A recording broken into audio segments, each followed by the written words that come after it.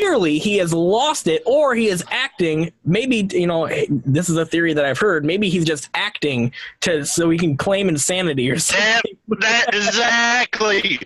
I just don't know. I thought about that yesterday. This has got to be an insanity defense setup. I mean, all he needs now is just to come out with a walker and fall down, and he's got the medical disability covered for the defense. It is just, yeah. What has he done? What has he done to have to put up with this? Yeah, I don't know, and I wonder very frequently what's going on in his head. How does he feel about this entire situation? Does he even want to be president? Because to me, it doesn't even look like he's running, not legitimately at least. So I don't know. But a lot of people are posting some stuff about Kanye. It seems to be split down the middle. Some people, think, maybe he's got good intentions. Some people think it stinks and there's bad people involved and he's just a plant or something like that. But we'll just have to see how it plays out. I can't tell the future. I wish I could, because that would be an interesting superpower to have throughout this entire endeavor. But anyways, it's pretty much the end of my time. Rooster, thank you so much for joining me for the last 15 minutes here. I had a great time chatting with you and meeting you. And if at any time you'd like to pop into my show, provide your commentary, your thoughts, your opinions, you are absolutely welcome to. And that goes for any host here on PSB. My show basically has an open door policy because I care about what you have to say. But with that being said, this has been Pixels Picks with Seasoned Pixels and Rooster Cogbert joining in for a little while. Thank you very much, sir. And if you enjoyed what we did here today, please hit the thumbs up button. Please share this stream on your social media and with your friends and dear family. And happy belated birthday, USA. I had a great time celebrating yesterday. I'm sure we all did. But without any further ado, my time is up, and we've got Connecting the Dots with Dan Happel and a great guest who is looking pretty awesome, I gotta say. It's gonna be a good one, I can tell. So Dan, how you doing, sir? Great, Pixels. Thank you for being such a brilliant young man and such a tremendous purveyor of truth. We owe a lot to you. I feel very confident that if we can get more young Americans like you on board, we can save this country in a heartbeat. So thank you for being such a wonderful, fine young man. And you're right. Today we've got a fantastic show lined up. We have a gentleman who I met in person only about 7 or 8 months ago, but he is an incredible human being. Pastor Mark Collins, who has portrayed George Washington. They actually did a life mask of him that literally mirrors exactly George Washington's life mask that was done when he was 53 years old. And the amazing thing about Mark is that he is a Baptist pastor. Of all places, he is the pastor in a church in Yorktown, Texas. I think that's fantastic that Yorktown, boy, there's certainly some significance there. But I had the great pleasure of meeting Mark through several friends of mine who made a movie called Revelation, Dawn of Global Government, and that was Chuck and Anita Untersee. And they had told me for years what an incredible person that Mark Collins was, what an incredible likeness he was. He had been featured in several of their movies. And so anyway, I got an opportunity to meet Mark, and he came to our Red Pill Expo last November. And I have to say that he is the only person, the only guest that I've ever had that actually brought tears to my eyes, because he is General George Washington. He is President George Washington.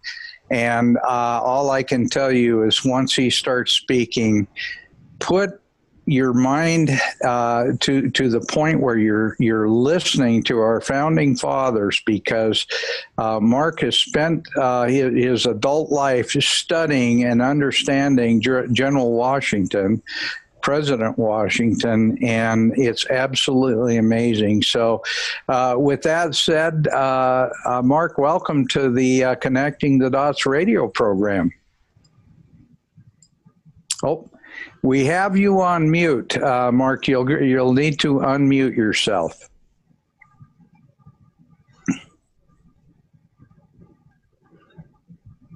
Oh, it looks. Thumper, are we transmitting? I do see that. No, he had to go to the other side of the room to unmute. Okay, wonderful. Okay. All righty. Well, all I can say is when Mark was on stage with me at the Red Pill Expo, I had the great pleasure of opening the expo in Mesquite, Nevada, with General George Washington, and what a fantastic program he did. And he did several programs during the 2 days that we were there, and I was just absolutely spellbound by President Washington. Welcome to the program, Mr. President. It is truly an honor. Can you hear me now, sir? I certainly can, and you're looking spectacular as always. You actually got me to put on a coat, a shirt and tie, because I could not sit in the president's presence without being well dressed. So thank you, sir, for joining us. We have some amazing things that we'll be talking about, but luckily we have you for an entire hour. I want to make sure that we give you every opportunity to talk during that hour. So I will maybe ask a few questions, but with the exception of that, I want to give you the entire time. I see that you are, it looks like you are at maybe Valley Forge or in your home. And I want to give you the time to say what you believe about our wonderful recent yesterday's Independence Day, and the fact that we have this wonderful country because of a group of folks, you included, that had the vision and the fortitude to hold the cause no matter the odds. And I want to make sure that we appreciate that. Well, thank you. It is truly an honor to be with you on this celebration of our independence this weekend. And, you know, it's you've updated me on many of the things that have happened in our nation. Dan, I would like to be able to say I'm really pleased with what you all have done with the place, but I'm a little disappointed in a few places.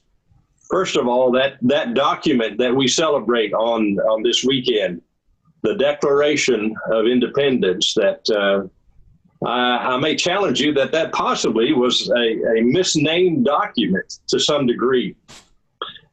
Most Americans don't even know what that document says, or what makes us unique among the nations of the world because of what it says. But in the very beginning, in the preamble of the Declaration, it says that we are all created equal. Now, that may be something common in this day, but back in the 1700s, if you were royalty, you would stay royalty. If you were a peasant, you would stay a peasant. But as these new adventurers came to the new world, they decided, if given the opportunity to build a nation, the citizenry of that nation would have the privilege of being considered equal, no matter what their station at birth.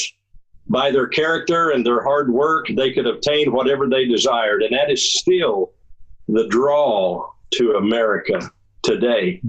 And that I am pleased in. But it said that all men are created equal, even though that we did not practice that to the full extent of what it could mean. It took some 75 years before that came to fruition, where all Americans had the opportunity for freedom. And then it also said that we're, by the laws of nature, nature's God, given inalienable rights. So in other words, it's saying that there is a power higher than government. If we are able to build this new country, this new government, there will be a power recognized above any government law, and that is that it would give us the right to life, liberty, and the pursuit of happiness or property. It was given by what? The laws of nature and nature's God. And unfortunately, many today don't even understand what those terms mean or where they came from. They just assume they're random terms, and they might even, I've heard it challenged that they mean Mother Nature. Well, if you go and read Blackstone, who wrote the commentary by which all of we, the founding fathers, cut our legal teeth, Blackstone said the law of nature is that which God instills in man for self-preservation. And so those were very intentional words. It was recognizing that there is a power higher than government.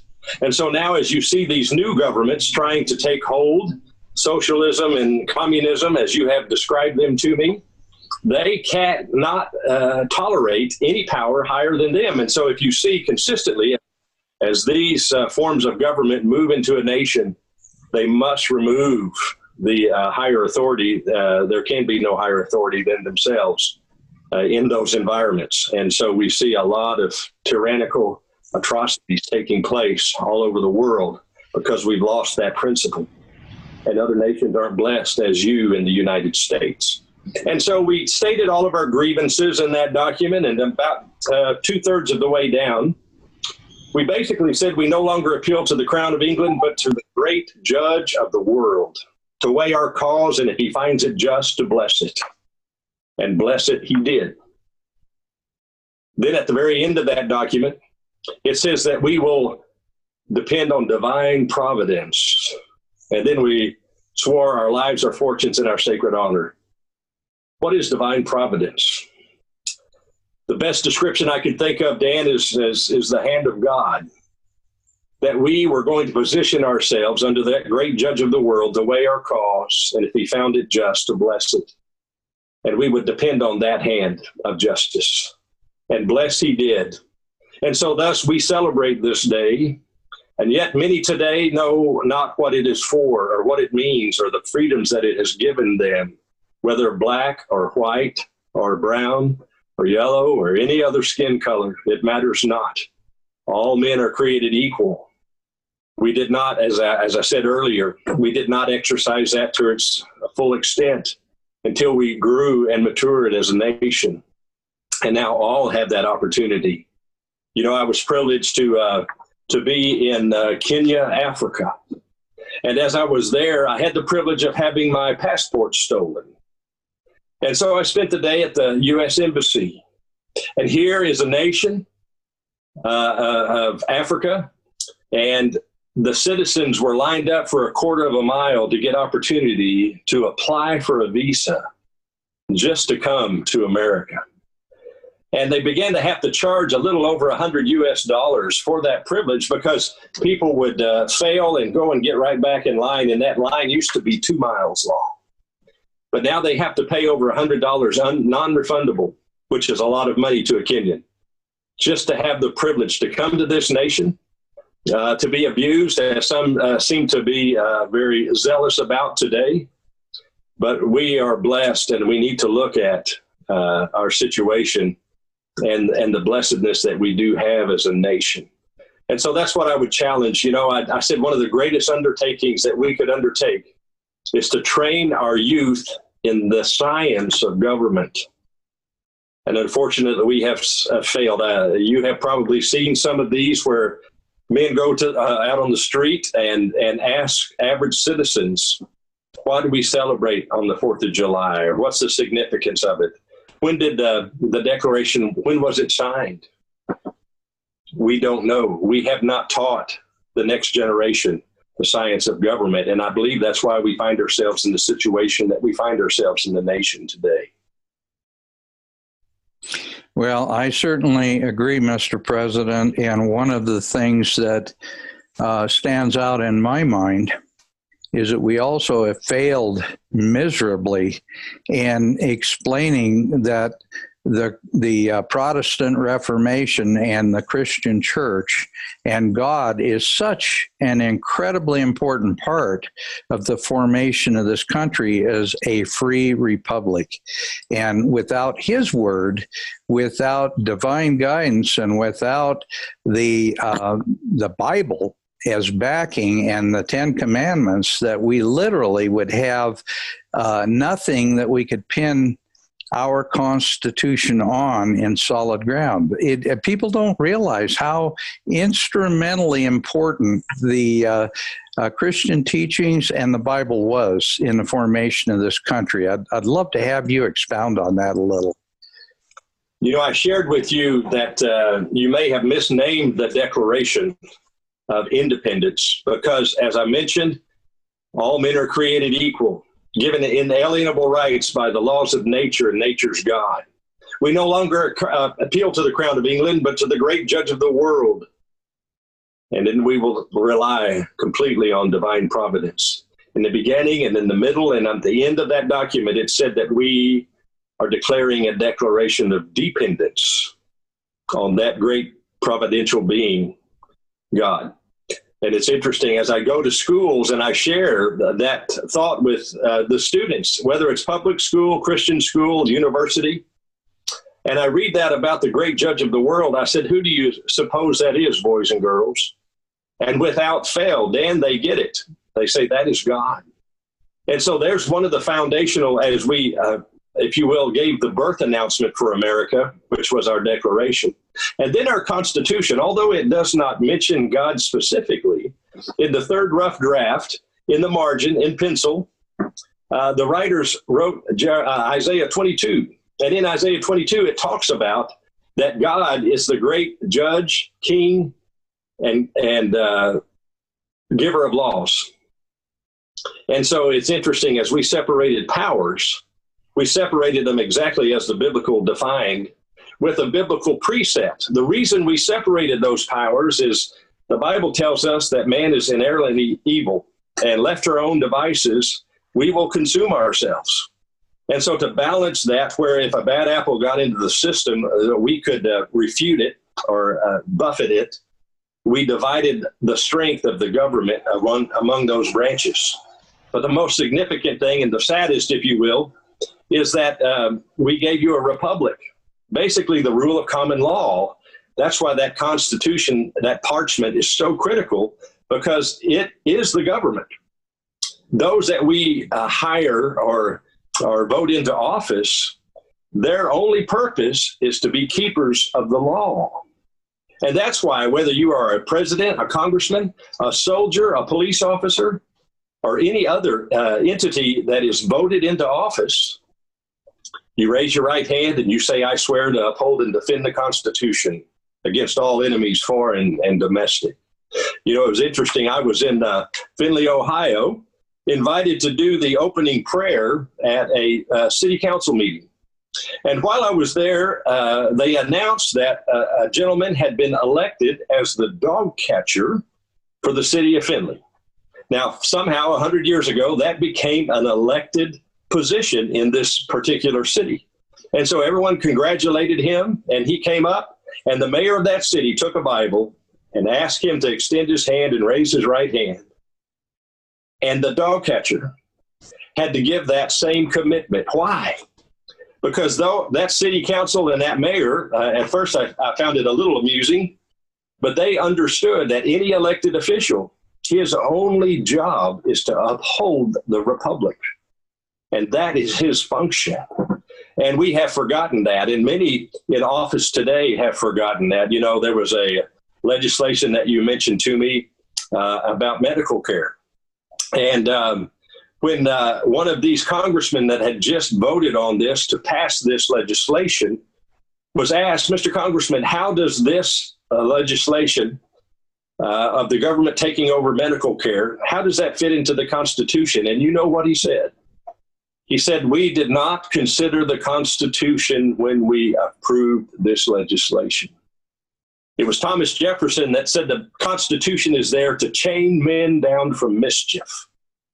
And that gentleman said, I have thrown off those chains, and I no longer will abide by that oath that I took.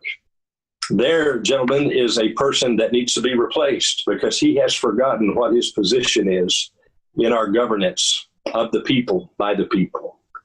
And so back to your question, how does the Reformation, it's interesting, read the writings of we, the founding fathers, this that we spoke of providence and that our children and grandchildren do not even know what that term means. It's the hand of God.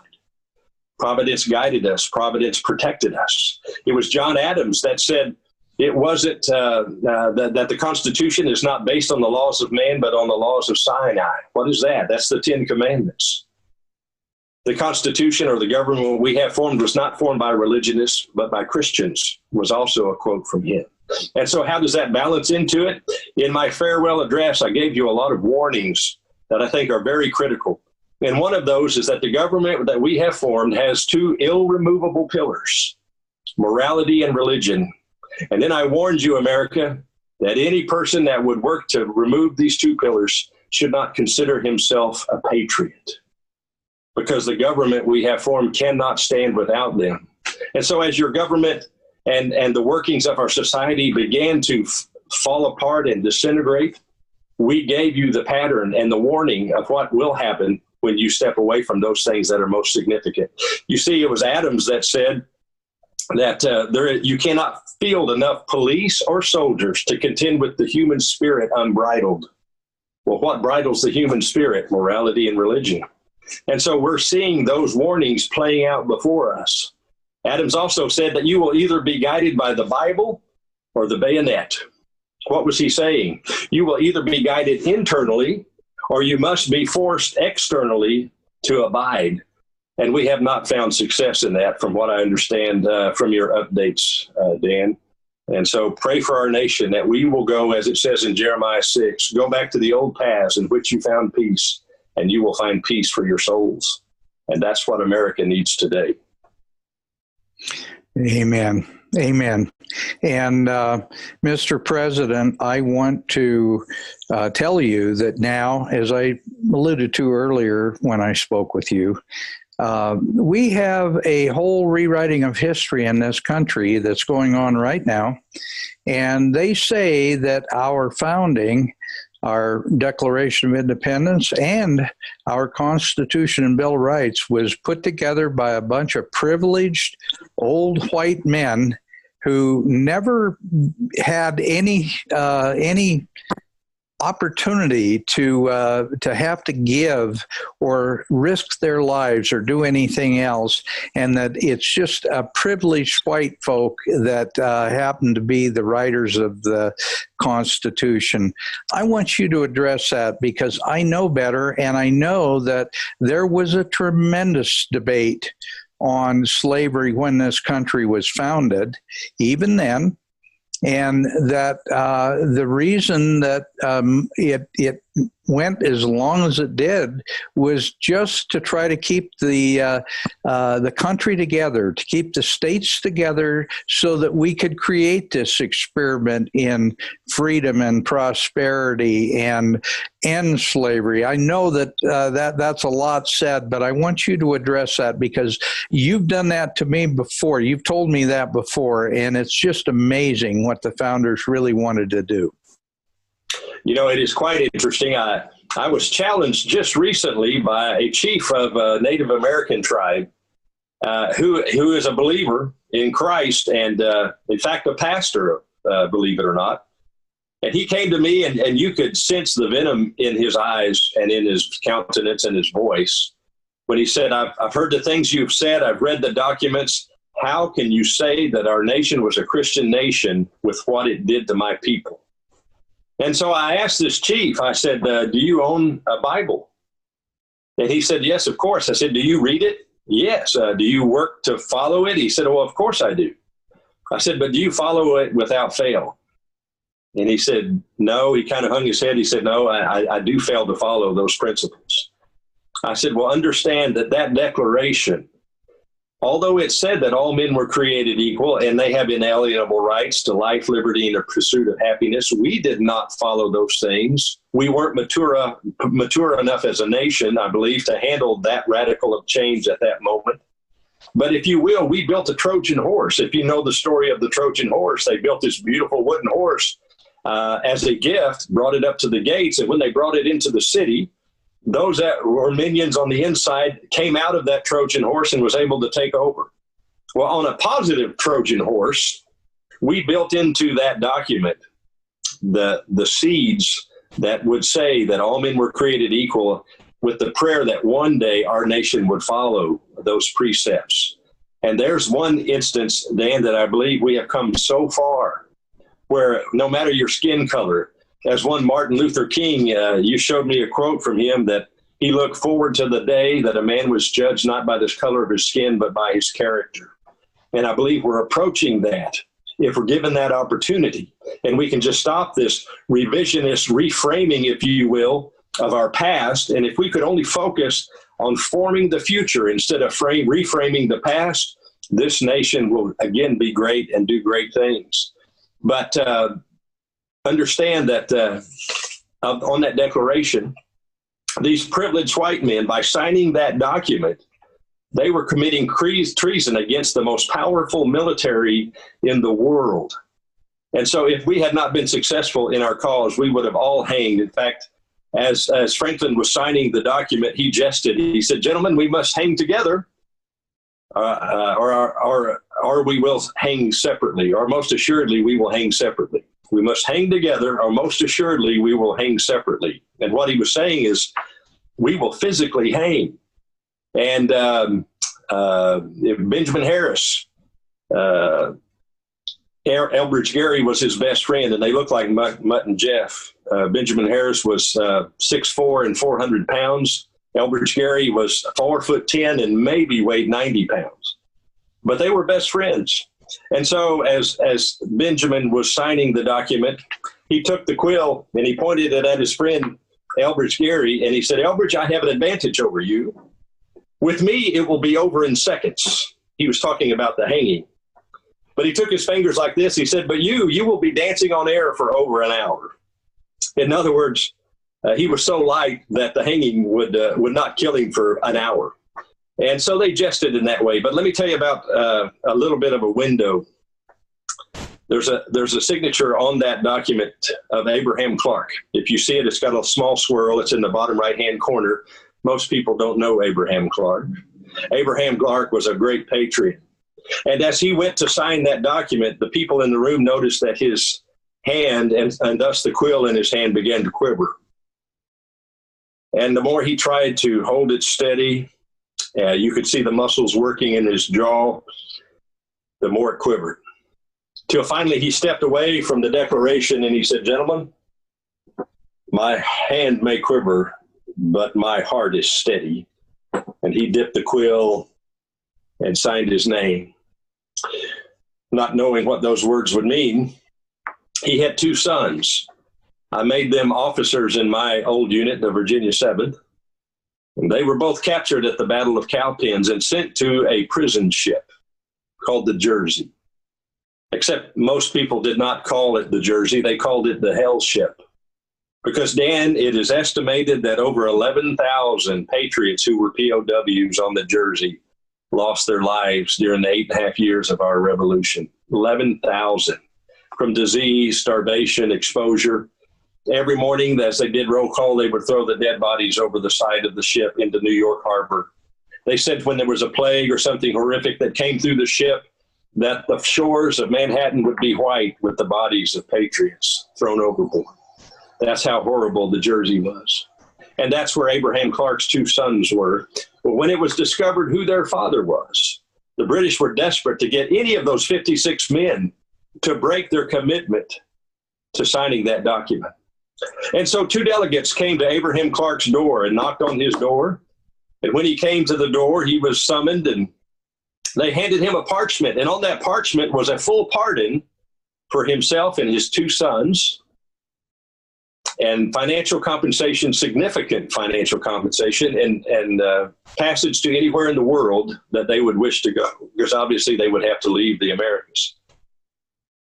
They say that Abraham Clark, he was holding that parchment, and those hands began to quiver again. And they said tears began to fall from his eyes. His sons' lives were in the balance. In fact, when they found out who his father was, they put the oldest, Captain Clark, in solitary confinement and refused to feed him. They hadn't fed him in 3 weeks. And so he was hanging in the balance, probably going to die any day now. He mumbled something. They thought finally he had agreed to sign the parchment. And so excitedly, they leaned in and said, "Excuse me, Mr. Clark, what did you say?"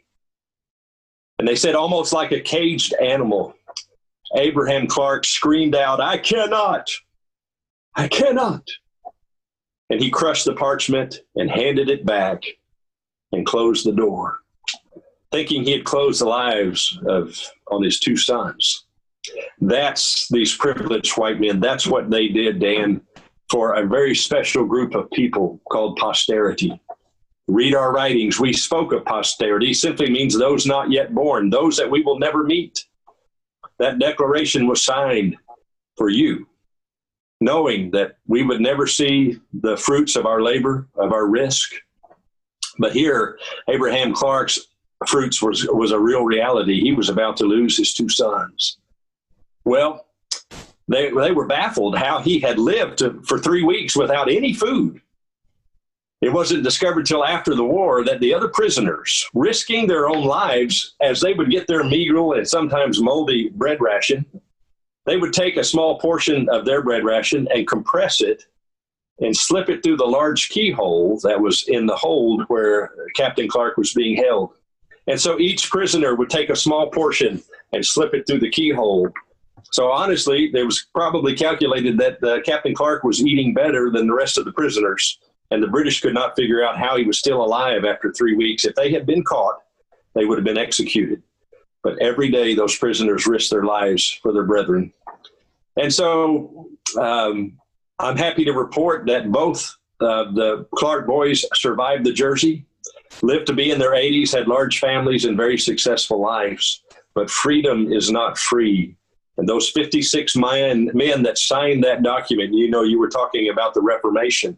Did you know of those 56, 27 of them are believed to have been trained as pastors? They had seminary degrees. And so our faith played so heavily into the formation of this country. And Abraham Clark, one of those privileged white men, he did get his sons back, but he was ruined financially, as were 17 other of those 56 signers. They lost everything they had because they signed that document. 9 of them lost their lives during the Revolution. Many lost family members. So it's an atrocity to say statements like people are saying about those signers without knowing the history. Go back and know your history, know your heritage, or you will be easily manipulated, said one Karl Marx. Yes, amen. And I have to say that the history that I've read says that people like Roger Sherman and Benjamin Franklin and John Adams were adamantly opposed to slavery, and that one of the compromises, let's say, of getting the people to ratify the Constitution and the Bill of Rights was to postpone the issue of slavery. But I have been told, and I have read repeatedly, that slavery was very much a concern of the people who were signers of the Constitution, of the Declaration of Independence, and that many of them wanted it abolished but didn't know how to do that. You alluded to that a little bit earlier. I'd like you to maybe expand on that a little bit, because I know you yourself was one of those folks.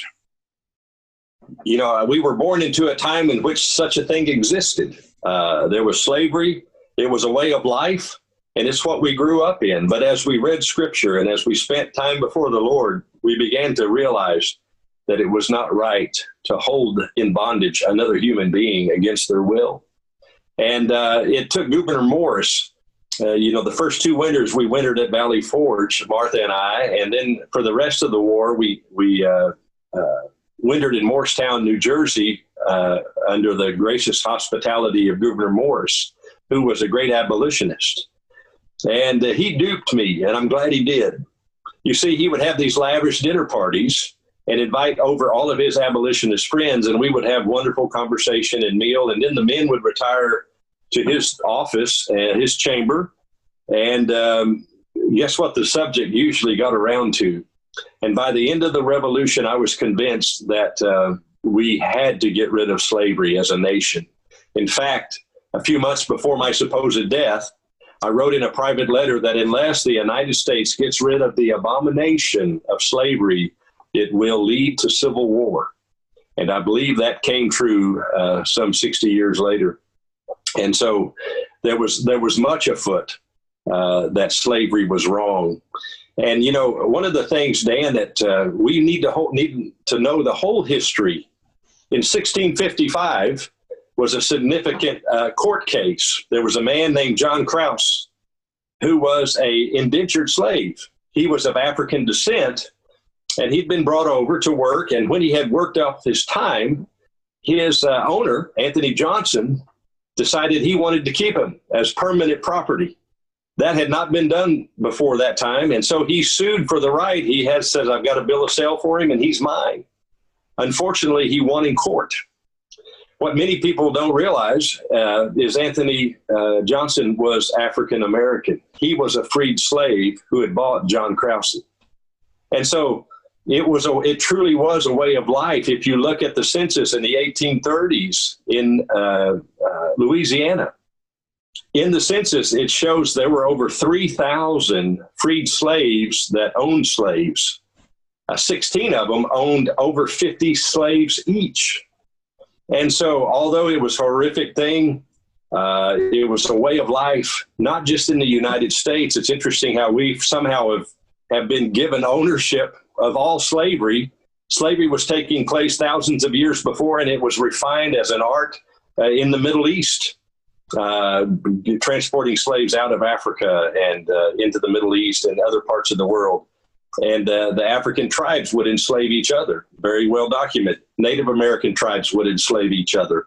And so slavery wasn't something that America invented. In fact, in a little bit of our defense, we were only 75 years old when we addressed and took care of the issue finally. As you said, there was many that were against it, but it just took time to work it through the system. And finally, it did lead to that civil war that I warned about. But the fact that we, as a young nation, were one of the first working on it when no one else really was around the world. And sadly, have been updated that today there are more slaves than there were during the 1700s worldwide. So if we want to address something, let's address the slavery that's taking place in horrific proportions around the world today. It's not a thing that it belonged solely to America, and it was not a thing that belonged solely to the 1700s. It's active and unfortunately very much alive today, and it needs to be addressed. Mm-hmm.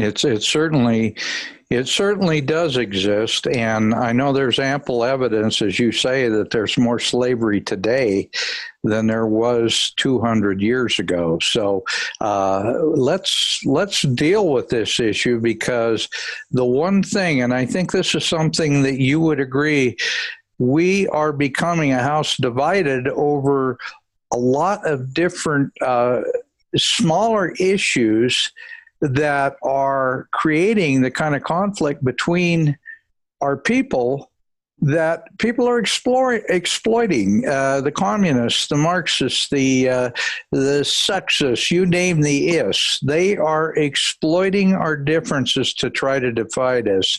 And the one thing we need to do is make sure that we work to create a unity amongst us, and that unity based on the ideas of liberty, of freedom, of a constitutional Republican form of government.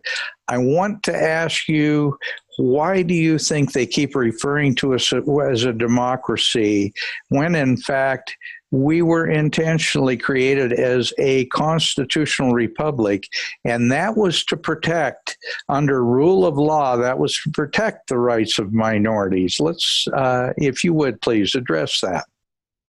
You know, it's very interesting. As I go to public schools, I'll ask the students. In fact, unfortunately, I can even go to universities, and I ask them, boys and girls, men and women, what form of government do we have in the United States?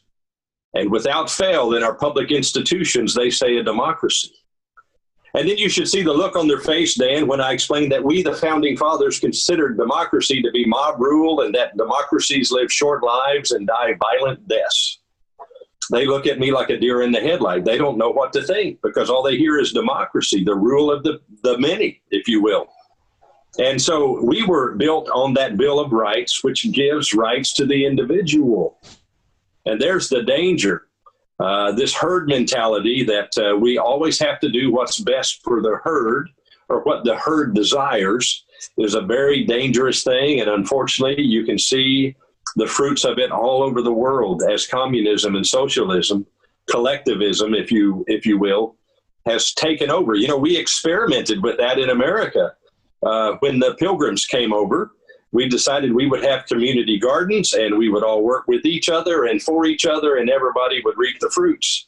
But what we began to notice when it was that no one had individual property or ownership of their portion of the work, that you would find people that were getting to the gardens later in the day and then finally people that weren't showing up at all. They always had a great excuse, but they weren't showing up.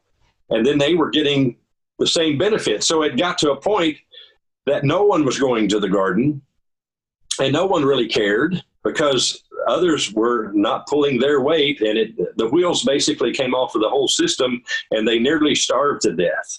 So very quickly, they said, enough of this. Everyone will have their own garden. We will do a community garden for those that are impoverished or sick or due to circumstances aren't able to take care of themselves. But every person is going to take care of their own needs. And they began to prosper. And so we experimented with socialism in our very beginning. And the mob rule does not work.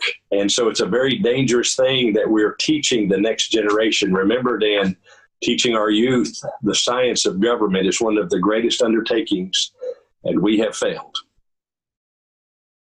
You're right. We have failed, and we've also failed in our teaching of history because without an understanding of where we've been, we really can't do much about where we go. And I think that's one of the things that why they're trying to destroy our national history is so that we don't realize the exceptionalism of the system that you and the other founding fathers created. We have something so unique in the world, and it is based on the concept of individual rights for one reason, and that is because without individual rights, you will not have collective rights. The individual has to be special, and his rights have to be protected, or we won't have any rights. And I know you have been very much, you've preached that your entire life. Absolutely. You know, one of the things I find offensive is the terminology that is used today of African American. You know, it's interesting. In Haiti, there are many of African descent, but they're not designated as African Haitians or African Puerto Ricans. They're just Puerto Ricans. And here's a subtlety that I think is a perfect example. Is it has alienated those that are of African descent. My brothers and sisters of darker skin than I, they're Americans. They're not African Americans. They're Americans. They may be of African descent, but I think they need to be an American first and an African second. And so they have no heritage. They have been taught that they have no heritage. And so that's why we just see this disengagement and this anger and this pent up problems. They have been convinced that they had no place at the table and never will and never have, and they're going to demand it. And yet they have a place at the table. they have been duped. Their heritage has been taken away from them. And so they're easily manipulated, as Marx said. And so that's why all of these statues are coming down. All of our flags are being burned. We're kneeling at the national anthem. And yet it was many Americans of African descent, of Native American descent, of Asian descent that fought and died. And it should be offensive to all of us that they're discounting the heritage that all of us have in this country and the opportunities that we have. Remember that line in Kenya. They need to go and experience that. People are risking their lives to come to a country where they're going to be abused and hunted by police, as many are being told today. I don't think so. You know, one of the most touching things I ever saw, and it really sums up what we have in America. I was in Key West, Florida at the Coast Guard Naval Station, and there was a large pile of debris, and it was probably 30 or 40 feet high and 70 feet in diameter. And it was made up of 55-gallon drums with boards bolted to it, with inner tubes, small fishing boats.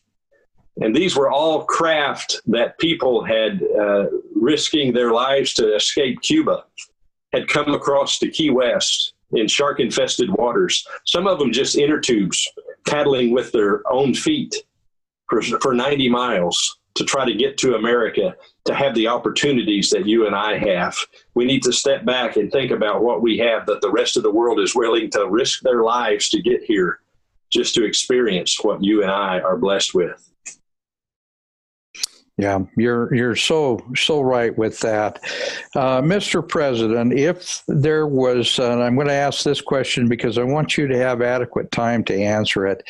If in fact you could go back and recreate the documents that are our founding documents, that you could recreate the Constitution and later the Bill of Rights that came as a result of trying to get ratification, what would you change? What would you try to make different than was in the original founding document? You know, I have considered that. What would make a difference? Was there anything, a mistake that we made in any of these documents? And remember what Jefferson said, that the Constitution is there to chain men down from mischief. I also warned you, I said, do not allow people to just ignore your Constitution and your founding documents and the founding principles that we were founded on. Make them change them if they wish to. You all didn't heed those warnings. Honestly, I think our documents are amazingly well written. If we will adhere to what the principles and the foundations you have, nothing needs to change except the hearts of men. You know, it's interesting. I hear a lot of talk that we need to have a constitutional convention or a constitution or a convention of the states.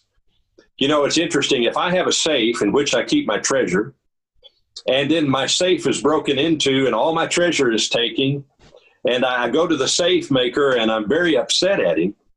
And so he starts running through a process of, you know, how did they get in my safe? And then he discovers that I did not lock the door. And yet I'm blaming it on the safe. If I don't lock the safe, and that's what that parchment is for.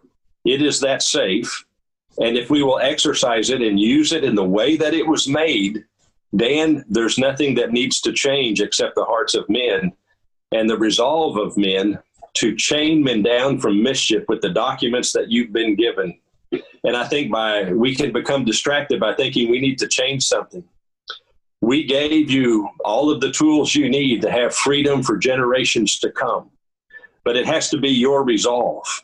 You see, we committed our lives, our fortunes, and our sacred honor under the hand of providence, and we had a 200-year plan for our nation. Well, that 200 years is gone, and all of the founding fathers are gone. We need sustaining fathers and mothers that are willing to sacrifice like those who have come before you, and to uphold those principles that you've been given that makes you unique among all the nations in the world. It's in your hearts that change needs to take place. That safe is as solid and as functional as it ever was. But if you don't lock the door, it's not going to guard your treasures. It's not going to guard your freedoms. Well, as a matter of fact, I'm certainly glad you said that, because we also have a number of our national leaders now that are, and our courts, our judiciary, who have said that the Constitution needs to be a living document, and that it needs to be reinterpreted from time to time to accommodate the reality of the modern world. Well, in fact, if you look at that Constitution, it is so plainly written and so intelligently written that it could accommodate our world 10,000 years from now if it were properly abided by. Isn't that true? You know, we said that it is a granite foundation. Dan, I don't know about you, but would you rather have your house built on a granite foundation or a living, breathing entity? And in other words, build your house on the back of a giant dinosaur. How functional and how safe do you think that house would be? It's not a living, breathing entity. That's a very, very dangerous thing. No, it is solid rock, and it is the principles on which we were founded. And we're supposed to be, as we make laws and evaluate laws, even the Supreme Court and the courts of our land are supposed to go and consider the intent of the writers of the original documents. And they have jettisoned that thought for about 70 years. And I think you're seeing the fruit of that. This living, breathing entity is not what I would want to build my house on. No, absolutely not. Well, we are getting to the point where we're going to be running out of time here shortly, but I do want to ask you to please address the change in our government, that somehow we've fallen on to hard times because we are now allowing a fourth branch government, and sometimes even a fifth branch of government, in the form of the administrative state. And we have unelected bureaucrats making laws for our people and controlling much of our country now. And I want you to please address how the founders would have envisioned that process and how they would have reacted had they known that this was going to happen. You know, back when I spoke of leaving the safe open, we gave you a very valid tool at which to guard yourself from these things. You know, quite simply, Dan, you get what you allow as a nation. You keep pushing, they keep pushing, and you keep backing up as a people. And you're going to end up where we're at today, and where there's unelected entities making decisions that were only reserved limited powers by the federal government, even by state and local governments. And so there's the danger. We have become distracted like the people of Rome. We go and we play our game, and we have frivolity, and we seek pleasure above peace. And our hearts do not know peace. As I said in Jeremiah 6, go back and find the old paths in which you had peace, and you will find rest for your soul. Our souls are not resting, are they, today? And so we need to go back and just reaffirm. Of course, we have to know what our rights are. We need to know that the Constitution is there to chain the government down. It doesn't specifically tell you what the government's going to give you. It tells you what you have given the government. There's where we have forgotten. And we allow these non-elected entities to make decisions. Even elected entities are making decisions that are outside of the bounds of what we have left you as far as guards and chains to chain them down, not to chain you down. And they've reversed those roles on us, and we have allowed it. And we have to go back, educate ourselves, and go back and reclaim that ground. We have to know our history before we can keep from making horrible mistakes. I'll give you some examples. You know, you updated me and you explained that back in 2001, I believe in September, Islamic terrorists attacked our country in an effort to disrupt our world trade, just as a new president had taken office. Well, that president was Thomas Jefferson, and the year was 1801, and that war was the war against the Barbary Coast pirates, Islamic pirates, off the coast of Africa, and our young nation was in its very first war. You see, our people don't even know that story. They don't know that the very first war, they think it was the War of 1812. No, it was the War of 1801 that lasted 15 years against Islamic terrorists that were taking our ships and attacking us. We've got to know our history, or we're going to repeat our mistakes. Another example, you updated me that our government tried to ban the importation of assault rifles. What some would maybe call an assault rifle, I would call a freedom rifle, but that is up to interpretation. But that year was 1775 when the British government banned the importation of the Brown Bess rifle. We've got to know our history, or we're going to repeat our mistakes. April the 19th, Lexington. You remember those brave Minutemen that stood in the Lexington green? You know, it's interesting, that green was a split in the road. It happened to also be the backyard to the local church. And so there's where the shot heard around the world was first fired. The igniter, if you will, of our revolution took place in the backyard of the church at Lexington. You would think the parson of that church would be very upset, except for the fact that he was the commander of that group of Minutemen. His chairman of deacons was the trainer of all of those men, and they were all members of his church. And as the British approached, they told them to get out of the way. Their quarrel was not with them. They were going to conquer. And they said, if war is to start, let it start here with us. And a shot was fired. Many say it was a pistol. Of course, both sides blame each other, but it was pretty consistent from both sides that it was a pistol that was discharged. And it's interesting that the British officers were the only one on the field that day that had pistols. I'll leave it up to the fog of history to decide. But one thing we need to understand, that shot heard around the world, the igniter of our revolution. You have to ask the question, why were those redcoats heading to Concord? It was about gun control. They were there to take away the guns and ammunition and powder so that those people could not fight for their freedom. And so we need to learn our history, or we're apt to repeat our mistakes. Yeah, absolutely. Well, I know that you have very strong feelings about what the American people can do. We have a role, as you said. I think that's very important for Americans to get off the couch, get involved, be part of the solution rather than part of the problem. I want you to maybe, Mr. President, to address what you believe the American people need to do to restore rule of law and to restore our Constitution to its proper place. Amen. Well, the pen is the most powerful weapon that we have physically. And so our vote, when we write our ballot, when we fill out our ballot, who we vote for, do they stand for the principles, and are they truly understanding that what their role is to be a keeper of the Constitution, a keeper of the law, a keeper of the republic? And that is their only law. They're not there to tell us how to live or why to live or what to do. They're there to keep the law and keep our freedoms intact. And if those that are in office do not do that, then we, the people, we are blessed to still have the opportunity to remove them and replace them with people that will. And simply, we could change our government back to what it's supposed to be. If those that hold their faith in God would stand up and go and be counted, their number are in the millions, and a large portion of them never bother going to the polls. And so we have ended up with what we have in our nation today.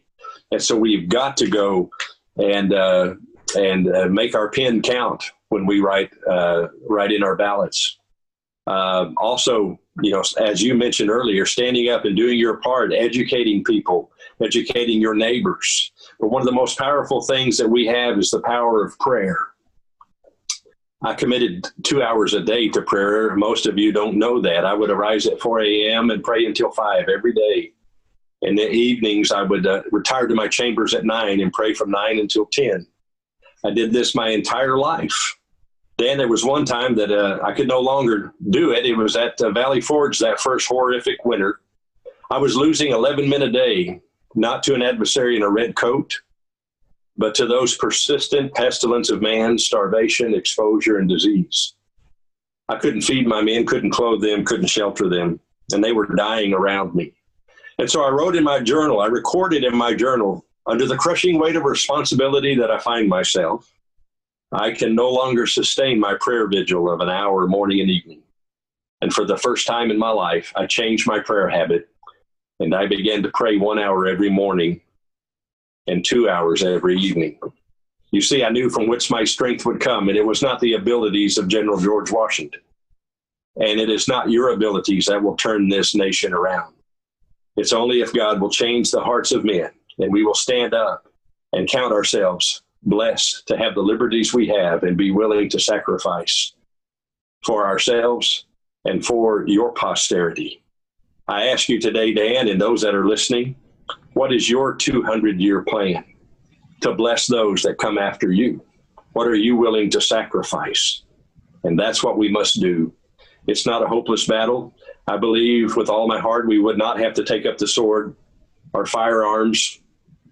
All we would have to do is pray and use the power of the pen. It's still available to us, and we can reclaim our nation if we so desire. May God bless you, and may God bless America.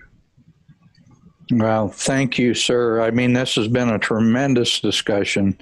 The only thing that I would try to ask, I know you've got to go, but I would ask, tell us what you see as the role of the church, and the fact that in some ways the church has failed us because they've allowed themselves to be taken by government, by tax exemption, by things like that, and not stand up for what we believe in. You personally, Pastor, are a part of the resurrection of the Black Robe Regiment. I would like to ask your input, your feeling on where our country will go if the churches will turn around and stand up and do the right thing. Absolutely. You know, we were fighting the most powerful military in the world with a bunch of pitchfork-wielding farmers until finally the generals, Cornwallis, they gathered all of their men together and said, look, we've been fighting these pitchfork-wielding farmers. We're the most powerful. They don't even have a navy. I want you officers to explain to me how come we can't beat them, and why are they still standing? And so the officers began to grovel and make excuses. And finally, one of them said, and besides all of that, General, Washington has his Black Robe Regiment. What did he mean by that? What he was talking about was all of the pulpits through the colonies were ablaze with talk of freedom and liberty, and that to fight against tyranny was a God-given right. And so basically saying that they were fighting God and all of those that believed in God in the colonies. And so that term took hold, and they proudly wore the badge of the Black Robe Regiment. They were so feared that if a parson was caught on the battlefield, he was executed immediately, because they knew the power of prayer and they knew the power of faith. And so they did not want that to happen. And so it was many of those great men of faith that led their people. What's happening today is we as believers have compartmentalized our lives from what you have described. You know, our schools, well, the school education, that's a secular thing, and we can't be a part of that. I want you to understand something. Every foundation, every principle, every institution in our country is based on some principle of thought. And our schools, we have said that we can't teach about God. Did you know that there's a 501c3 protected religion called atheism, which says there is no God? You can actually give to that 501c3. And so if we are teaching our children atheism, we are teaching them a religion. So America, you have a decision to make. You are going to teach our children based on some principles of thought. Is it going to be atheism, or is it what we gave you as a nation? It's interesting, Fisher Ames, who gave us the final wording of the First Amendment, about the separation of church and state, which doesn't exist in our documentation.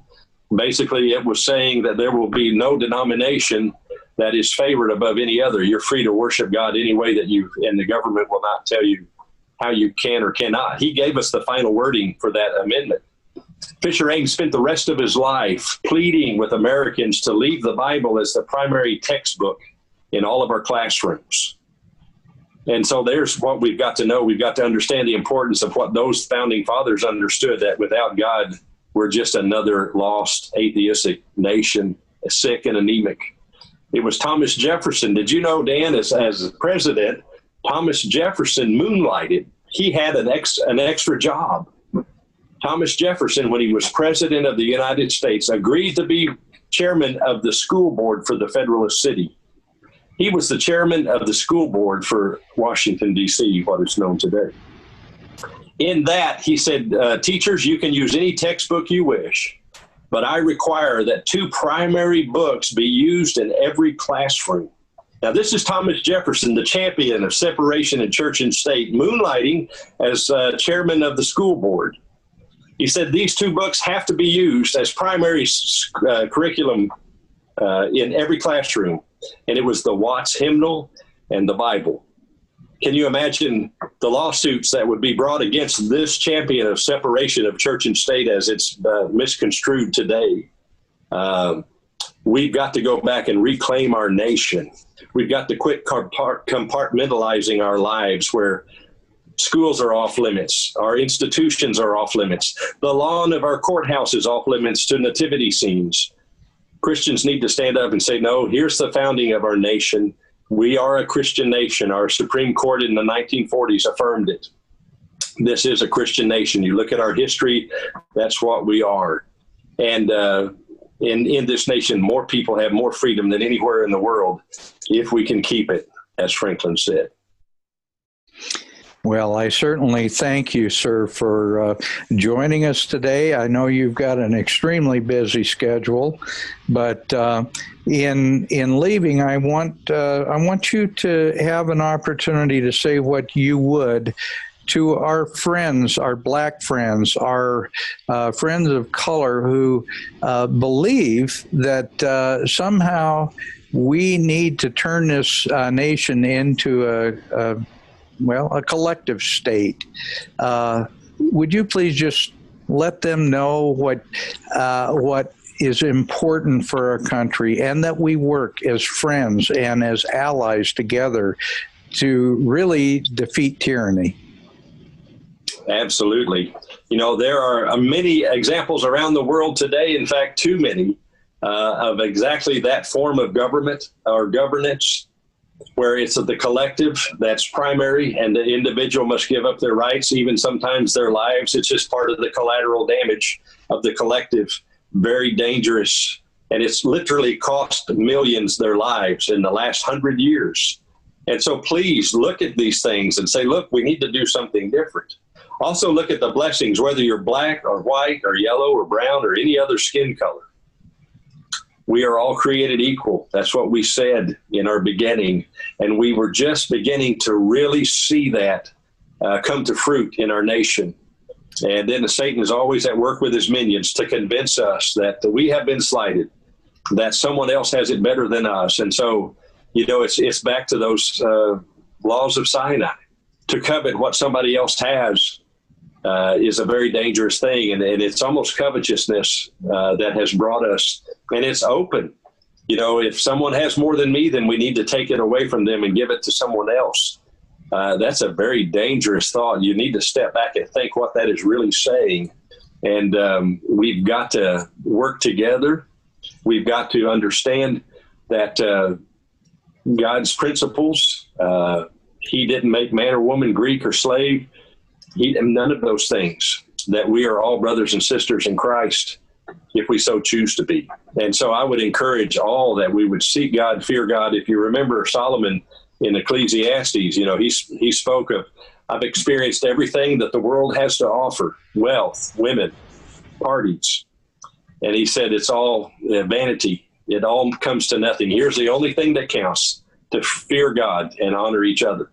And so that's where we need to be as individuals, as a nation, and we will find peace in our land again if we find those old paths. Yeah, certainly so. And as you said earlier, God did not create slaves. Man creates slaves. And so the last thing we need to do is put our faith in man and take away our faith from God.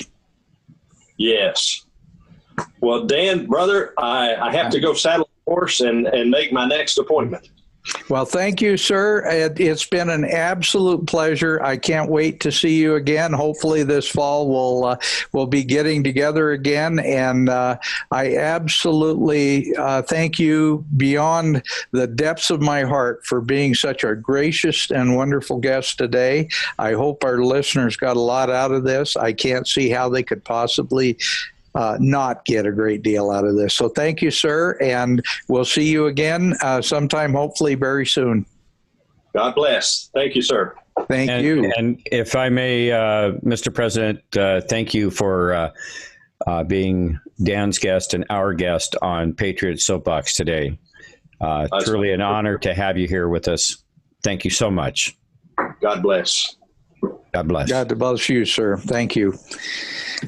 Well, Thumper, we've got a lot to talk about, and that was a perfect lead-in to our next discussion, because we've got about 50 minutes, and you and I talked earlier today how we really need to make people understand how incredibly important it is to be part of the solution and quit expecting others to do everything for us. We are at a point in our nation's history where I really truly believe within the next 6 months, we are going to determine whether or not we even survive as a nation, as a constitutional republic, or become part of a collectivist communist world government that has nothing to do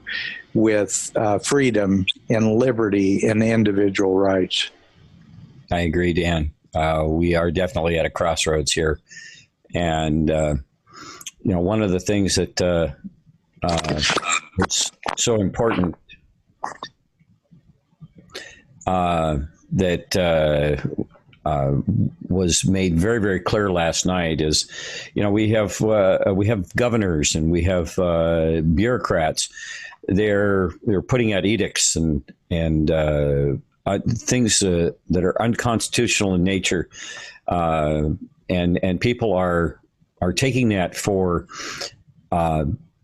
they're believing it and they're buying into it. One of the things that we celebrated yesterday as the birth of our nation is the freedom and the liberty that we have. And it was very, very interesting. I talked to you on the phone about this particular video. And this video is a perfect example of what you might hear in the news certainly isn't what is reflected in this video that I'm going to show here, because it shows that even in a place where they have been just completely inundated for many, many years by an oppressive government getting even more repressive, where fireworks and the celebration of our nation's birth has been slowly wheedled away from us. You can't have fireworks and fire danger and this and that. So this video represents Los Angeles, California on 4th of July, Independence Day night. And this is what really those people down there feel about that day and our country and our freedoms. Check it out.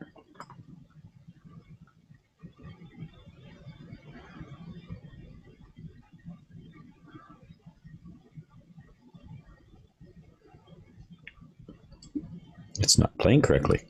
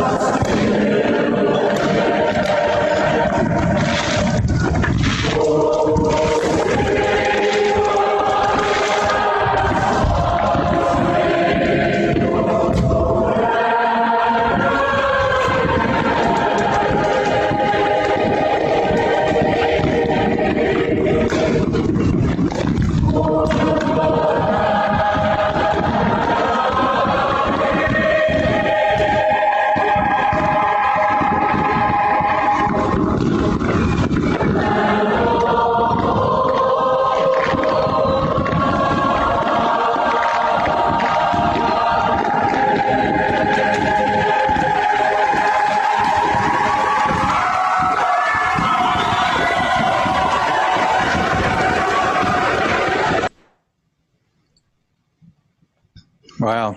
That was the Los Angeles City Basin. Oh, darn it. It started again. Well, Thumper, I have to tell you, we yesterday they had postponed the 4th of July parade in Ennis, Montana. And I don't know if you remember, but a few weeks ago I told Pixels that one of the videos that he had showed Main Street, Ennis, Montana during a 4th of July parade a few years back. And anyway, they canceled it this year because of the COVID-19. I went to my family doctor last week for an appointment, just a checkup. And he told me, he says, we're going to be meeting at 11 o'clock. We're going to have a parade, whether it's sanctioned or not. And we went to that. My wife and I went to that yesterday morning, and we got to the area where it looked like there were only going to be a few of us doing a parade. And so we got online. I said, well, honey, you know, being part of the minority, we should be used to it by now, because that's the way it will always be. We got down to Main Street and started on Main Street, and lo and behold, from the opposite direction, an entire parade started to appear. We ended up with the parade going both ways down Main Street in Ennis, and it was terrific. I mean, it was a lot of fun, and we had a lot of people along the way thanking us for doing that, because there was no reason not to have a parade. That's the dumbest thing in the world. What we're seeing happen in our country today is a destruction of all of our institutions, all of the things that have made this country strong and great and patriotic. And it's high time that we recognize what they're doing and realize that we're in a battle for our very lives here. And if we don't start standing up and doing the right thing, we'll never survive as a nation. Isn't that right? Oh, I agree with you 100%, Dan. the groundswell that I think that we may, and I truly do pray that we see, is people are starting to wake up. But I hope it's not too late. And as you and I discussed on the phone earlier today, and we've had many discussions on this matter, it takes more than just waking up. It takes lining up there with your wife and going, we're going to have a parade whether they sanction it or not. We're going to light off our fireworks. We're going to go about being the Americans that we've always believed that we are. And some people are finding it very, very difficult to break out of this COVID mode that it's like a sleeping gas has been spread out. And, for some people, they really have to dig deep to break past that. It's as if you broke your leg and now you have to learn to walk again or something, All right. It's a little painful at first, but you've got to break that mold. Well, the thing is, we are one nation under God. And if we don't start to understand that and start to do what's best for our nation, because it will be best for us, and it doesn't include destroying our Republican form of government, and that's small r Republican. Don't get me wrong. I'm not saying it's a big R Republican. We are a republic, and it doesn't matter what our party affiliation is, but we need to recognize that if we lose our freedoms, as Ronald Reagan said, we will face 1,000 years of darkness. And this experiment in liberty that we've so wonderfully been blessed with and so proudly stand by, some of us, we need to get everybody on board that wagon, because the reality is, once it's gone, it'll be gone. And you and I talked about this a little earlier today, and of course I got pretty passionate about it because I get fired up about it. But I have a number of friends that have excellent personal resources, have financial resources that can be a huge help in trying to get this word out, this message out. We need to be freedom seekers, and we need to be freedom speakers. And to do that, we need help. We need people that are willing to invest the money and the time to help us to get out and reach out to millions and millions and millions of people worldwide. We don't need to be just focused on the United States. We need to be focused worldwide, and we cannot do that out of our own meager resources. I put money out of my own pocket, quite a bit of it every month, into trying to be a force to be reckoned with, a force for freedom in this country. And we cannot do this all on our own. We need people who do have the resources to help us, because without their help, like I told you earlier today, and I really truly believe this, I'm thinking within 6 months, if we don't turn this ship around, you could have $10 million in the bank and it'll be worth zero once these guys take power, because they are certainly going to get rid of you. They're certainly going to get rid of me, and they're going to get rid of all these people that have now a lot of resources, because they're going to be part of the proletariat that they refer to in communism. They're part of the people who they see as the problem, and they're going to take everything you own and they're going to give it to whoever they want to, including themselves and their communist friends. Yes, and we pride ourselves on having the right to personal property, and having that personal property is just and it's not a collection of things. It is it's representative of our hard work and those things that we have earned ourselves. And when somebody comes along and just wants to rip it out of your hands, or try to tell you that they deserve a share of it, well, they certainly didn't share in the work of it. That's for sure. And I find it very, very. It's infuriating. It's like the work that we do here at Patriot Soapbox, and the time and the effort and the hours that go into making this happen for 2.5 years now, a little bit more, almost. We're coming up. It won't be long, and we're going to have been doing this for 3 years.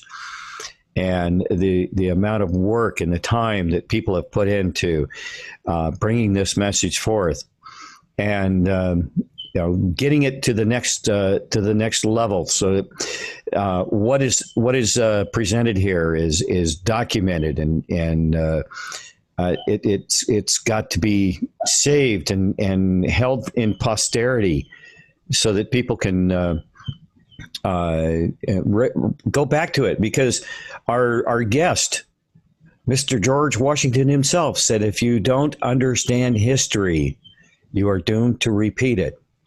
And so much history is being spoken about and taught about.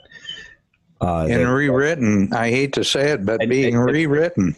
Yes. And if we do lose the control that we would lose, if for God help us, if something were to happen and President Trump not win this election, or even as much as not maintaining the House and the Senate, and then winning some of these local offices back from this deep state.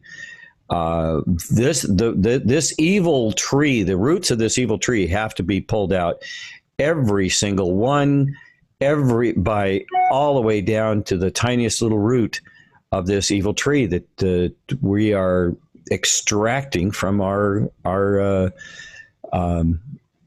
global community. Mm-hmm. Well, and Thumper, one of the very fundamental cornerstones of our republic is the idea that we get to have private property. People don't understand, and that's something you were talking about earlier, but people don't understand what private property is. Private property is your own body. Private property are your private thoughts, your ability to express yourself, your ability to have control over your own body. Well, guess what? The collectivists, the number one thing that Karl Marx said we needed to eliminate is private property. That also means that private property will include your thoughts, your actions, your deeds, everything about you, your essence as a human being.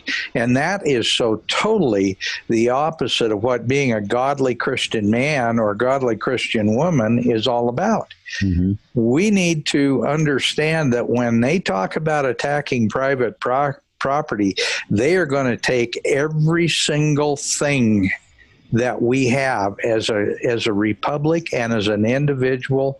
And people, you better understand the time is now. We are in a battle royale with the forces of evil. And if we don't win this one, we're done.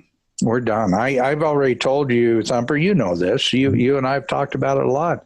We'll be the first to go. And frankly, I'm okay with that. But I'm probably going to take a few of them out with me when they come to do that to me. But at the same time, recognizing that if we have to live as slaves, if we have to live on our knees, and George Washington said this, I would rather die on my feet than live on my knees. Mm-hmm. It's I'm trying to recall I was watching a video the other day, and that is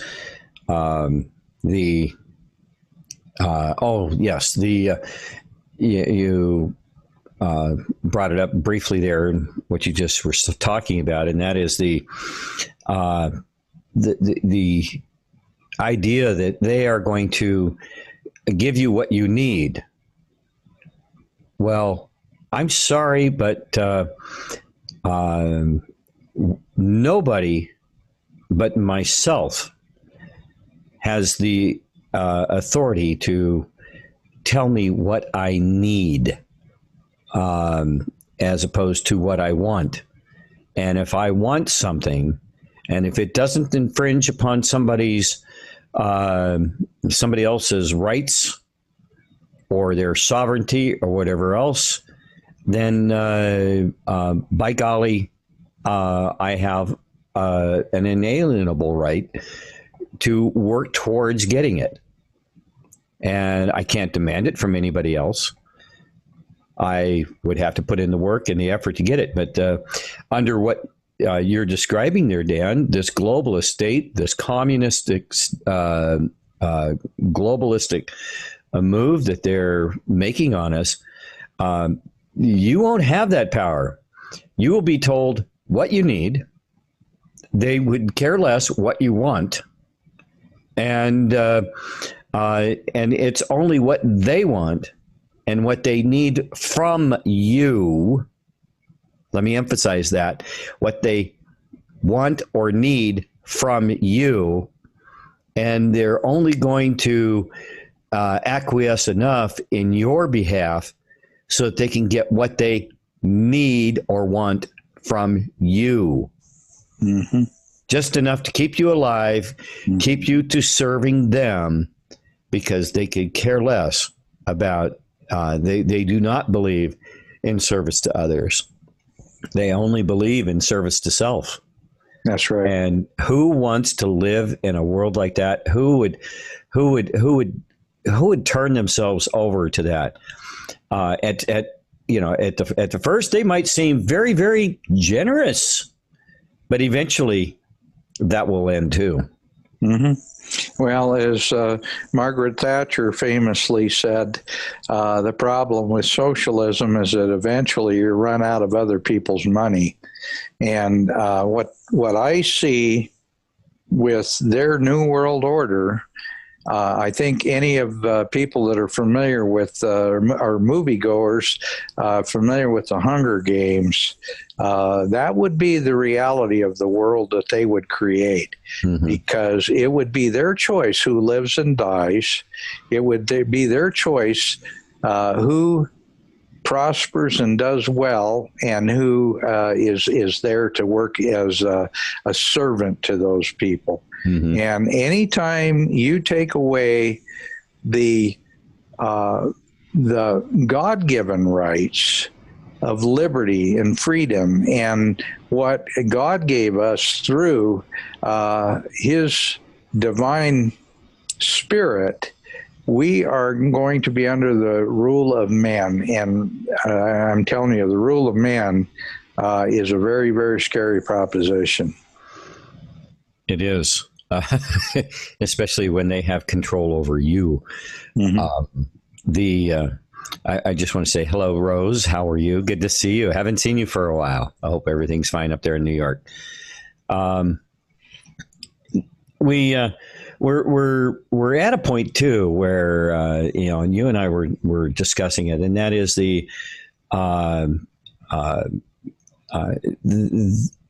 the commitment that people make to this movement. And it's very much appreciated, everything that the folks have done for what we do here, and what they're doing in other endeavors to advance the patriot movement. And we're dealing with platforms and things like that would do everything they can to shut us down, restrict our ability to speak. Some of our most poignant videos have been labeled in such a way as to discourage and or completely eliminate people's ability to watch them and for us to share them around. You sent me a video earlier this week on the Joe M video on COVID or COVID, and YouTube has placed an algorithm out there that actually prevents that video from being shared. Did you know that? Oh, yeah.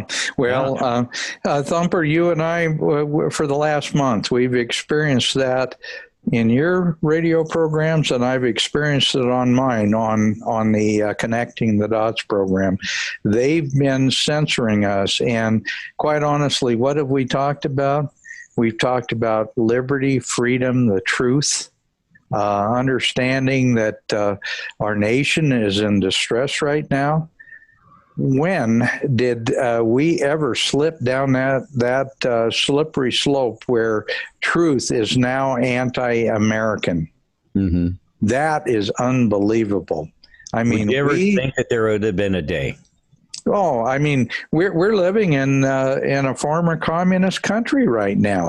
Mm-hmm. And they've done it through technology. They've done it because, and we've done a lot of programs on this, on technocracy, on how they have taken over technology, and now they have the ability to make sure that they control the whole media venue. They control academia. They control so much, and they pour billions of dollars into destroying this country, and here we have a hard time getting hundreds of dollars to save this country. Mm-hmm. People need to wake up. The reality is, if you have $10, honestly, you should put probably at least half of it into something that it will get the word out to save this nation.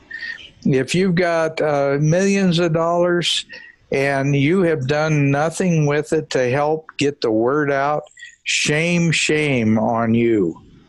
Because one day, and it won't be very far down the road, you're going to find out that those many, many millions of dollars are worth nothing, absolutely nothing, because what you're going to end up doing is they're going to take that money and they're going to use it against you.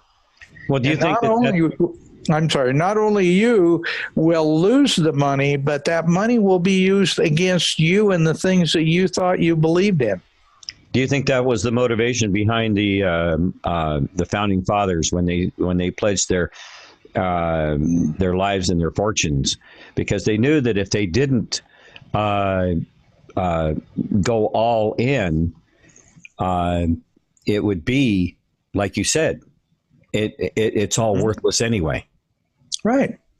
If they own you, if they can destroy everything about you, they can take away your freedoms. They can choose whether or not your family, your children, your grandchildren, your friends, when they can pick and choose who lives and dies, we have lost our country, and we're there right now. We are there because they fully intend, and I'm sorry, I hate to be the bearer of bad news, but the bottom line is they plan on getting rid of 93% of us.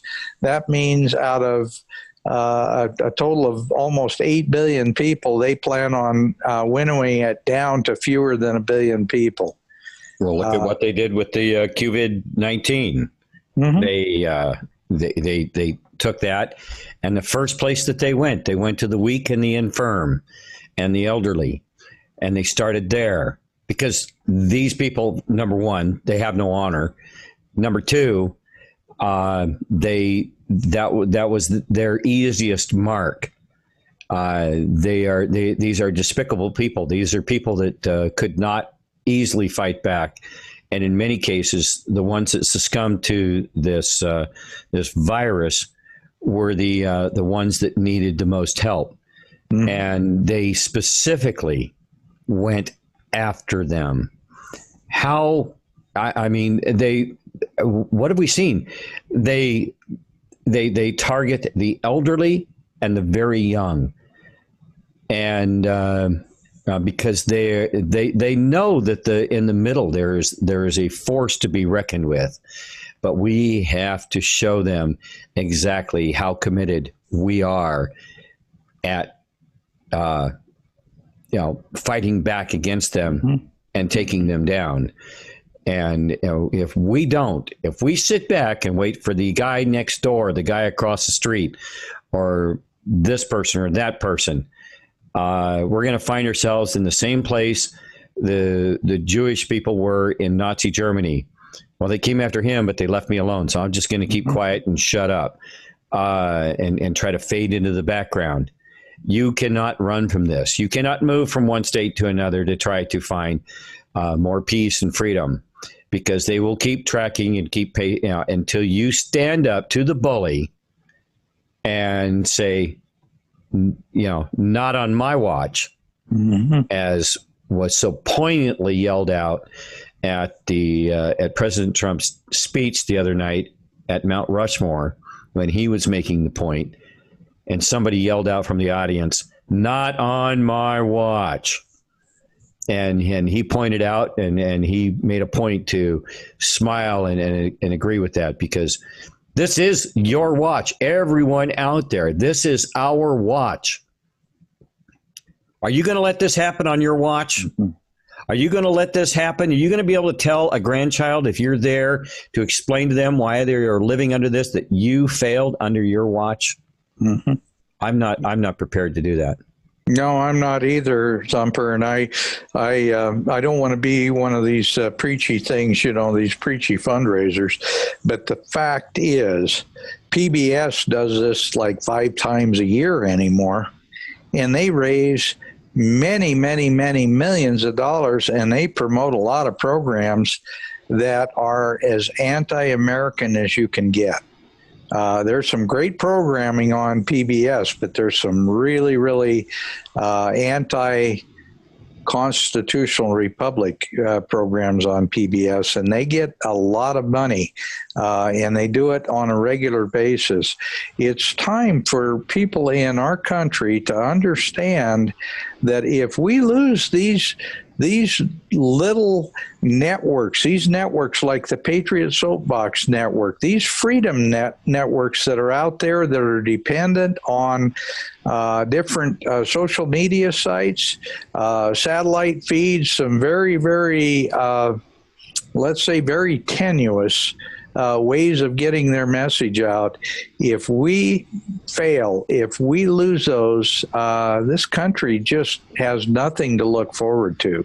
And once we lose the United States of America as a free constitutional republic, then there's not a place on earth that anyone can hide. And if you're retreating, you're losing. Okay. As we've seen with President Trump, do you ever really see him retreating? He will change tactics. He will change points of attack, but he is constantly always on the attack. It's absolutely amazing how he may cease operations in one area. It may look like that anyway. And then, and he comes around from a different direction. I mean, we have such a huge battlefront that we're facing, but we really do. I absolutely 100%. Why do you think that they want to eliminate 2/3 of the population of the planet? Because that 2/3 is probably the ones that they're going to have the most trouble with, right? Sure, and absolutely. Selectively. So what does that tell you?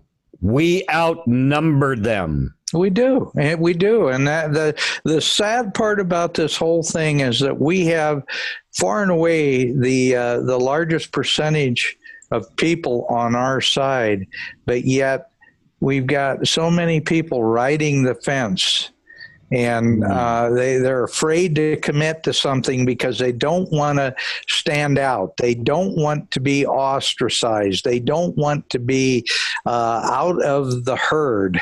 They don't want to be someone who can be identified as being part of the opposition. And we laughed about this earlier today, but I see the fence as being a barbed wire fence. And you're sitting on that wire, you better jump off one side or the other. And if you jump off and get on the wrong side of that fence, there is a raging bull over there.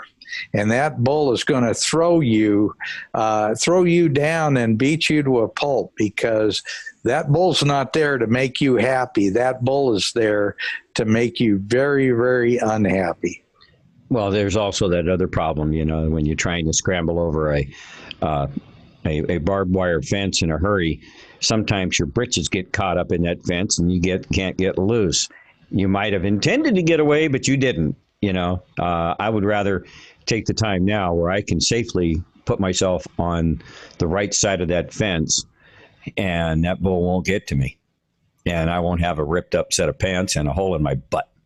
Yeah, and not to mention the other part of your anatomy that could very easily get caught in that same barbed wire. So yeah, no kidding. Yeah, absolutely.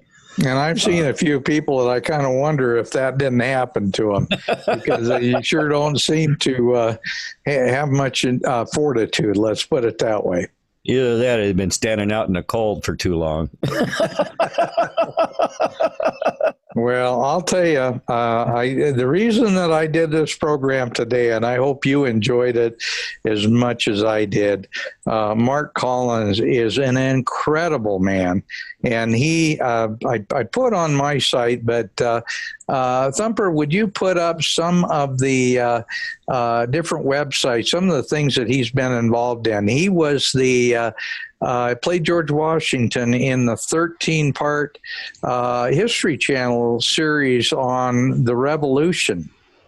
And he's been an actor in a bunch of different films and videos, and he actually has one right now that is scheduled to be set out for release, and it needs to have some financial help so that they can get this out for release. It's called No Place to Run, and it's about a black mayor in a city where all these issues that we're now seeing, it's very timely. It was actually a film that was started 2 years ago, but very timely because it focuses on a lot of the issues that we're seeing now in places like Minneapolis and Seattle. And that we need to put money behind these programs. We need to make sure these films get out. I referred to my friends Chuck and Anita Undersea. They did 2 films on Agenda 21. The most recent one is Revelation, Dawn of Global Government. And I think you've got that site there somewhere, if you can pull it up. But they had Charlie Daniels as the primary narrator in this film, and a tremendous cast of people. And they have done a trilogy now on Revelation, the movie, and they've had a heck of a time getting it funded. Mm-hmm. People, wake up. If we don't get on board, if we don't do something, nobody else is going to do it. My friend James Yeager did a film on Agenda 21. He's had a heck of a time getting anybody to put funding into his film. Why is it that porno movies can get almost unlimited funding, and yet we do a patriotic documentary, and for some reason nobody wants to put any money in it? I don't get it. I just don't get it. It makes me sad for our country that we've gotten to the point where we would rather spend our money on something like a porno movie than we would on a movie of quality, a movie that talks about what's happening to our great nation. Okay, are you talking about the trailer for the movie? that you linked to me there? Dan? Where'd Dan go? Yeah, I'm here. Okay. Yeah, that's the trailer that I want to show so that we can show our viewers and our listeners exactly what we're talking about. Okay, just a second here. I had to rearrange some windows on my screen here. And incidentally, since I'll give you a minute to pull that up, but I also wanted people to see what Antifa is all about. The difference between fascism and communism is that communism is a worldwide socialism and fascism is national socialism. Mm-hmm. That's the only difference. They're two sides of the same coin. How they can convince people that, fascism and communism are widely separated, one is far right and the other is far left, is complete nonsense. Mm-hmm. Fascism and communism are twin sisters or twin brothers, as it were. And the fact is those of us who believe in liberty are the ones on the far side, the far opposite end of the spectrum. And if you get far enough to the opposite side, then you reach anarchy. And that's not good either. We need rule of law. We need a set of rules, but it's got to be based on the idea that all men are created equal. We have certain unalienable rights given to us by God, and that includes life, liberty, and property. And when we get away from those ideas, then we are getting into some very, very tough ground. Mm-hmm. All right, I have that clip ready to go here. Okay. Here we go. You ought to be ashamed of yourself. Well, here's a story that seems to be burning up the internet, as it should, I might add. Melanie Bridgewater saved a flag. Have you seen this? What is it? This is your father. It's my father. It's all of our fathers. Mom, you have gone viral. It was just a flag, Senator. It was the start of a movement. So what are we looking for? It's called an harmonica. I think it was Ben Franklin's.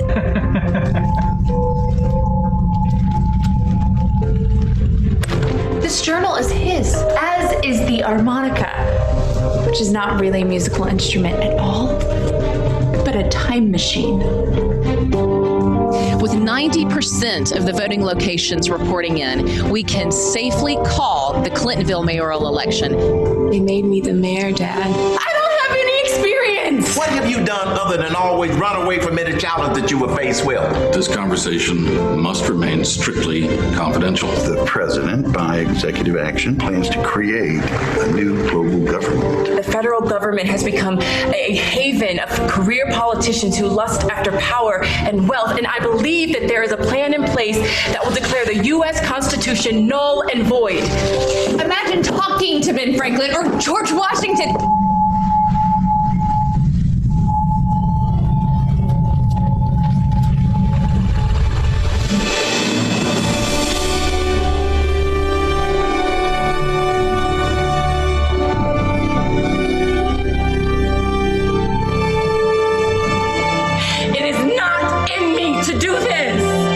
Strongest woman I know, even if you don't know it. Your voice has reached across time and space back to us. Do not underestimate yourself. When was the last time you did anything for your city? When was the last time you did anything for your country? I'm a runner.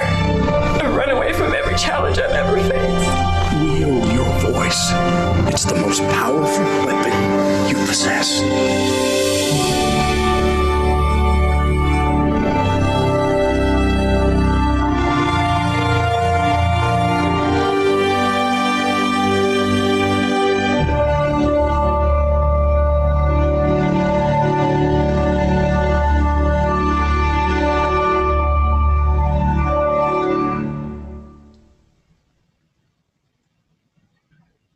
That is Okay, Thumper, do you see what I mean? Now, we've had George Washington, we've had Mark Collins on today. Mm-hmm. We need to understand as a nation, as a people, we need to understand if we don't get behind films like No Time to Run and Revelation, Dawn of Global Government, if we don't get behind radio and podcast programs like Patriot Soapbox, connecting the dots, and people who are trying to let America know just exactly what we are facing if we fall down. If we fall down, if we stumble, we are losing the greatest experiment in constitutional Republican form of government and freedom and liberty and love and God-given rights that ever existed. And if we aren't willing to put our money where our mouth is and actually get off our butts and start supporting things like this, we are going to lose our nation. And I have to tell you, No Time to Run, I went to their website. They were having a crowdfunding effort. They had no response. Now, can you imagine a beautiful, wonderful film like this, how important it would be to our nation? I mean, if I had $1 million that I had right now, I would put that $1 million into that so fast it'd make your head spin. We need to do what we can, and it's time for all Americans to wake up to the reality. If we keep our little wiki up together, yeah, you might survive an extra day or two. You might even survive an extra year or two. But your children and your grandchildren will live in tyranny, and it's your fault. Mm-hmm. It's your fault if you don't do what's right when you have the chance to do it. Yep, see right there. That was a crowdfunder, and they actually closed it because there was no response to it. That's a shame. Can you believe that? People, wake up. We are losing our country. It's time for you to get off your damn butts and start putting your money where your mouth is, because if we are finally shut off, Thumper, if you and I get whacked and we get excluded from all the social media, which we have been recently, I hate to say it, but there's not anybody behind us that's going to pick up the pieces. It's going to be very difficult because if we're not building the backups and the ability to, like I said, if President Trump is needing a little bit of time to soften this target up over here, he doesn't sit back and go down to Mar-a-Lago and play golf. He attacks from a different different angle. There are plenty of targets out there that we can all choose a direction and continue to keep pushing the ball down the field. And you know, it doesn't take a lot, but it takes many. A few dollars here and there by many. It's just like the labor. I watched a video the other day. I believe it's in an Amish community, but they put up a massive barn in the matter of 2 days. And, you know, when they were, the number of people that turned out to put this barn up was absolutely incredible. And in 2 days, they built this massive barn that a few people would have taken a couple of months working, very long days, working very, very hard in which to do that. But they had, you know, the basic foundation, they had the wood, they had the materials, and within 2 days, they had probably it had to have been at least a 20,000 square foot barn. I mean, this thing was massive. Well, you know, to take that to the old saying, many hands make light work. Light work, exactly. And the reality is that people don't need to spend every last dime of their money to support programs like this, but we need a lot of people to step up and make a difference, because if we don't have many hands trying to make light work, a very few hands with very heavy hands will make our lives extremely miserable. One of the things that they can do is this movie, No Time to Run. Now, that is a completed production. Is that correct, Dan? You're muted. Oh, I'm sorry. It is completed, but the problem is it takes a tremendous amount of money to get a movie like that out of production. Mm-hmm. And get it into distribution, because the theaters won't take a movie like that. Right. Without a whole lot of money behind it and a whole lot of effort by people to make it happen. Chuck and Anita Untersee, when they did their Revelation movie, they did previews all over the country trying to get it in public theaters. They had a production company out of Los Angeles that they set a goal for $1 million for distribution and marketing to get that film going. And Chuck and Anita literally spent every penny of their own money trying to make it happen, and it never got off the ground. And all I can say is that, people, if you don't support the patriots in this country, then the villains in this country are going to be the ones that get free reign. Well, then they've got those dollars. Yep. That they can pour into this. And you know the sad part about they've stolen them from us. Yeah, the sad part about that, Thumper, is that it's all our money that they've taken, because they control all the means of production. They control all the banking institutions. They control the monetary system. They control academia. They control everything, media, everything. And we're at a point right now, we've got the vast majority of people on our side, yet we have absolutely no power. That's not a, what do you say? You know, I say, I'm disappointed. I can say that's horrible, but the other thing I can say is it shouldn't be that way. No. Okay. No. It definitely shouldn't be that way. No, it should not be that way. And I think Patrick Howley is ready to come on with a campaign show. All I can say is, if you don't trust President Trump, you don't like President Trump, we're not talking about an individual. An individual cannot save this nation, but we, the people, can. Mm-hmm. And I don't care what your political affiliation is. I don't care what your ideology is. If you believe in freedom and if you believe in the rights of the individual, then you better get on board with us, because all those things are going to go away if we lose this battle. Mm-hmm. I agree. Well, we've reached the top of the hour there, and I don't see is Patrick going to be here? Yeah, he should be popping in shortly, I think. Okay. Mm-hmm.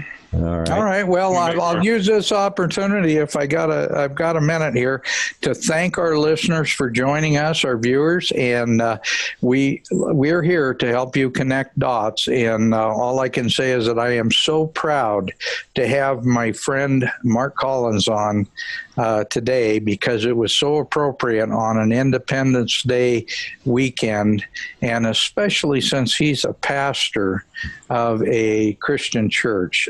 All I can say is, what a wonderful guest for the day. And especially as his character as George Washington now is, he does that so well.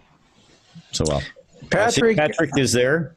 Yeah, Patrick, good to see you, my friend. Have a wonderful show, and I look forward to seeing you. All right, everybody. Here we go.